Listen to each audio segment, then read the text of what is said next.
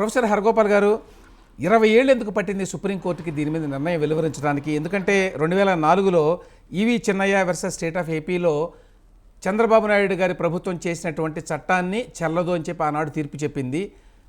20 ఏళ్ల తర్వాత ఇప్పుడు లేదు చెల్లుతుంది, లేదు రాష్ట్రాలకి అధికారం ఉన్నది, రాష్ట్రాలు వర్గీకరణ చేయవచ్చు అని ఇవాళ చెప్తోంది.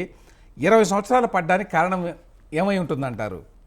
దీంట్లో సమస్య అది మొదట మందకృష్ణ ఉద్యమం ప్రారంభించినప్పుడే దానికి స్పందించుంటే సమస్య ఇంత మరీ క్లిష్టంగా మారేది కాదు. కానీ అప్పుడు ప్రభుత్వము స్పందించకపోవడము, దాన్ని నానబెట్టి అది చివరికి ఎక్కడి దాకా వచ్చిందంటే ఇవాళ ఈ సమస్యను ముట్టడానికి రాష్ట్ర ప్రభుత్వాలు, కేంద్ర ప్రభుత్వము అందరూ ఒక రకంగా అంటే వాళ్ళు స్పందించడం లేదు. కాంగ్రెస్ పార్టీ పవర్లో ఉన్న, ఇక్కడ టీఆర్ఎస్ పార్టీలో ఉన్న, అంతకుముందు తెలుగుదేశం ఉన్న, ఇప్పుడు మళ్ళీ కాంగ్రెస్ పార్టీ, అక్కడ కేంద్రంలో కాంగ్రెస్ పార్టీ నిజంగా ఈ సమస్యను మొత్తంగా సమగ్రంగా దేశవ్యాప్తంగా చేసి, ఎందుకంటే రిజర్వేషన్ అనేటువంటి దాని యొక్క ప్రధానమైన ఉద్దేశం అది ఉద్యోగాలకు సంబంధించి కాదు, కానీ రాజ్య అధికారాన్ని ప్రజాస్వామీకరించాలి. ప్రజాస్వామీకరించడంలో భాగంగా వివక్షకు గురైన వాళ్ళు, వేల సంవత్సరాలుగా అయినటువంటి వాళ్లకు ప్రాతినిధ్యం ఉంటే ఆ సమూహాల యొక్క సమస్య పార్లమెంట్లో చర్చించడానికి, విధానాలని ప్రభావం చేయడానికి పనికొస్తుంది. అయితే అప్పుడు రిజర్వేషన్ పెట్టడంలో ప్రధాన ఉద్దేశం అదే. ఇప్పుడు అంటే ఈ రిజర్వేషన్స్ ప్రారంభమైన కొంతకాలం తర్వాత అదే సమూహాల్లో మరీ కాస్త వెనుకబడినటువంటి వర్గాలు ఉండడము, ఒకే వాళ్ళకి ఆ రిజర్వేషన్ రావడం అంటే ఇప్పుడు ఇక్కడ ఇదే కాదు, మీరు ఆదివాసీల రిజర్వేషన్ తీసుకుంటే మా యూనివర్సిటీలో అందరూ ఈశాన్య భారతం వాళ్ళే వస్తున్నారు. ఏ ఉద్యోగం ఉన్నా నార్త్ ఈస్ట్ వాళ్ళు వస్తే ఇక్కడి వాళ్ళు ఎవరు ట్రైబల్స్ కాంపీట్ చేయలేకపోతున్నారు.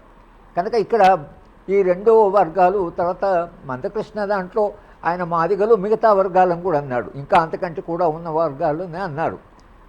మిగతా వర్గము మాల మిత్రులు అర్థం చేసుకోవాల్సింది ఏమిటంటే రిజర్వేషన్ యొక్క ఉద్దేశము వివక్ష ఉన్నటువంటి వాళ్ళు, ఆ వివక్ష అనుభవించినటువంటి వాళ్ళు బ్యూరోక్రసీలో కానీ పార్లమెంట్లో కానీ భిన్న ఉద్యోగాలు ఉంటే ఆ వివక్షకు సంబంధించినటువంటి దాన్ని విధానాలను ప్రభావం చేయడానికి పనికొస్తుంది. అంబేద్కర్ గారు రిజర్వేషన్ పెట్టి ఆయన నిజంగానే రిజర్వేషన్ ఉద్యోగాల సమస్య అనుకుని ఉంటే ఆయన ప్రైవేట్ సెక్టార్లు కూడా ఉద్యోగాలు, అది ఉద్యోగ సమస్య వేరే. కానీ ఇక్కడ నిజానికి సమస్య ఏమిటంటే వాళ్లకు సంబంధించిన ప్రతినిధులు, వాళ్ళు పార్లమెంట్లో, బ్యూరోక్రసీలో, భిన్న ఐపీఎస్లో అన్ని వర్గాల్లో ఉంటే ఈ రెండు వర్గాల మధ్యన కూడా ఉన్న వివక్షను గురించి కూడా అక్కడ మాట్లాడడానికి ఒక అవకాశం ఉంటుంది అనేది మనం ఆ దృష్టి నుంచి అర్థం చేసుకుంటే, వాళ్ళు నిజంగా మాదిగా సమూహము మాల వాళ్ళు కూడా మమ్మల్ని వివక్షగా చూస్తున్నారనేది అది ఒక వాస్తవం. అది మాల మిత్రులు దాన్ని అంగీకరించాలి. ఎందుకంటే నేను బిఏ చదివేటప్పుడు నేను ప్రెసిడెంట్గా కాంటెస్ట్ చేశాను.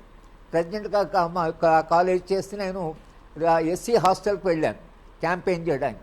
అప్పుడు కొందరేమో రూమ్లలో కూర్చొని తింటున్నారు, కొందరు డైనింగ్ హాల్ తింటారు. ఏమిటనంటే వాళ్ళు మేము కలిసి తినలేదు సార్, వాళ్ళు అంగీకరించారు. అంటే నాకు మొట్టమొదటిసారిగా అర్థమైంది ఆ సమూహాల్లోనే కూడా కొంత వివక్ష ఉంది అనేది.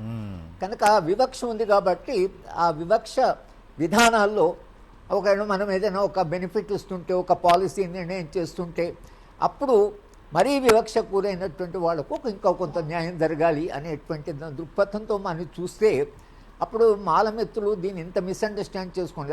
ఉద్యోగ అవకాశాలతో అది ప్రైవేట్ సెక్టర్లో రిజర్వేషన్ అడగాలి, ఎందుకంటే గవర్నమెంట్ ఉద్యోగాలు తగ్గిపోతున్నాయి. ఇప్పుడు దాదాపు ఈ న్యూ లిబరల్ వచ్చిన తర్వాత దాదాపు 60-70 1,20,00,000 కేంద్ర ఉద్యోగాలన్నీ తగ్గిపోయాయి. వాలంటరీ రిటైర్మెంట్ అని చెప్పి పబ్లిక్ సెక్టర్ అంటే మూసేస్తున్నారు. ఇప్పుడు కూడా ప్రైవేటైజేషన్ చేస్తామని ఈ ప్రభుత్వం కూడా అంటుంది. కనుక ఆ ఉద్యోగాల సమస్యలు, అది ఆ ప్రైవేట్ రిజర్వేషన్, దాన్ని కలిసి పోరాడాలి. కానీ రాజ్యాధికారంలో వాటా దగ్గరికి వచ్చినప్పుడు మాత్రం ఈ వివక్షను గుర్తించి ఒక సామరస్య స్నేహపూర్వకంగా దాన్ని పరిష్కరించుకుంటే బాగుంటుంది. లేకపోతే ఏమవుతుందంటే ఈ ఆర్గ్యుమెంట్ అయితే ఒక సమూహం చేస్తున్నారో ఈ అప్పర్ కాస్ట్ వాళ్ళు కూడా అదే చెప్తారు. వాళ్ళు కూడా అందరికీ సమానంగా అవకాశం ఉండాలి, రిజర్వేషన్స్ ఏమిటని మనం కూడా అదే విధంగా ఆర్గ్యూ చేయడం మొదలు పెడితే ఇది అనవసరంగా ఈ ఉన్నత కులాల వాళ్ళకి, అప్పర్ కాస్ట్ వాళ్ళకి మనం ఒక హ్యాండిల్ ఇచ్చినట్లు అవుతుంది కనుక అది మేము చాలా ప్రయత్నం చేశాం, కానీ అది దూరం ఎక్కువ వెళ్ళిపోయింది. అంటే సమస్య బిగినింగ్లోనే ఉంటే చాలా సులభంగా పరిష్కారం అయ్యేది, కానీ అటు కాకుండా ఇవాళ ఇంతకాలం గడిచిన తర్వాత చివరికి మందకృష్ణ ఆయన చేసే ఉద్యమంలో భారతీయ జనతా పార్టీ వాళ్ళైనా చేస్తారు అనేటువంటి దాంట్లో చేస్తున్నారు, కానీ భారతీయ జనతా పార్టీకి ఉండే భావజాలం వాళ్ళు నిజంగా చేస్తారా లేదా మనకు తెలియదు.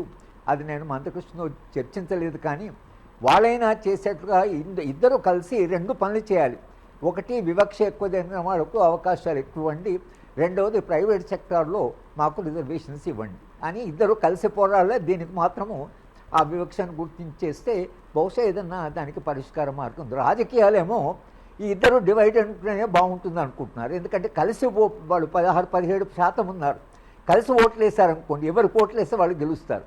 వాళ్ళకి డివిజన్ అవసరం అన్నట్లుగా వాళ్ళు ఆలోచిస్తున్నారు వాళ్ళ ప్రయోజనం దృష్ట్యా. కానీ మనము ఈ సమస్యను చూడడంలో మనం కలిసి చేయాలి, ఇద్దరికీ కాస్త అవకాశాలు వచ్చేట్లుగా ఆ దిశగా ఉద్యమం ఉంటే నా దృష్టిలో ఎక్కడో ఒక చోట దీనికి పరిష్కార మార్గం కనుగొట్టుకోవచ్చు.